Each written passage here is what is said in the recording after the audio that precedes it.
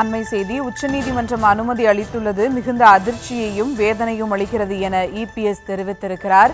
மேலும் விவரங்களோடு இணைகிறார் செய்தியாளர் லதா. வணக்கம் லதா, விவரங்கள். வணக்கம். கர்நாடக அரசு மேகதாதுவில் அணை கட்ட விரிவான திட்ட அறிக்கை தயாரிக்க இன்றைய தினம் உச்சநீதிமன்ற அனுமதி அளித்துள்ளது மிகுந்த அதிர்ச்சியையும் வேதனையையும் அளிப்பதாக இபிஎஸ் பதிவில் குறிப்பிட்டிருக்கிறார். அவர் வெளியிட்டிருக்கும் அந்த பதிவில், தமிழ்நாட்டின் ஜீவ நதி காவிரி நதிநீரை நம்பிதான் டெல்டா மாவட்ட விவசாயிகளின் வாழ்வாதாரம் இருக்கிறது. மேலும் 20 மாவட்ட மக்களின் குடிநீர் ஆதாரமாகவும் இது இருக்கிறது.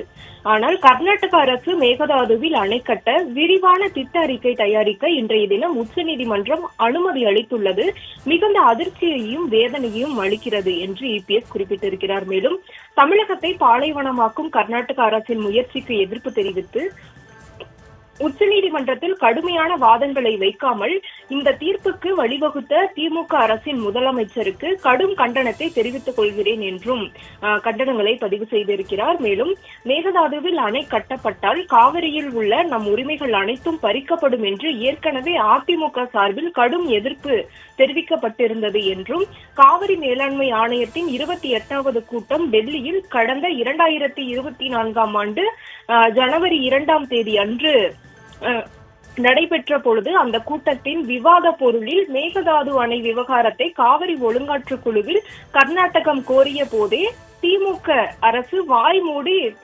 மௌனமாக இருந்ததையும் நான் கண்டித்துள்ளேன் என்றும் இபிஎஸ் குறிப்பிட்டிருக்கிறார். மேலும் அனைத்தையும் மீறி உச்சநீதிமன்றத்தில் இது போன்றதொரு தீர்ப்பு வருவதற்கு கர்நாடகாவில் உள்ள தங்களுடைய குடும்ப தொழிலை காப்பாற்றுவதற்காகவே உறுதுணையாக இருந்த திமுக ஆட்சியாளர்களின் செயல் மன்னிக்க முடியாத குற்றம் என்றும் இபிஎஸ் குறிப்பிட்டிருக்கிறார். மேலும் தமிழகத்தின் உரிமையை மீட்க உரிய நடவடிக்கை எடுக்க வேண்டும் என்று திமுக அரசை வலியுறுத்துவதாகவும் இபிஎஸ் குறிப்பிட்டிருக்கிறார்.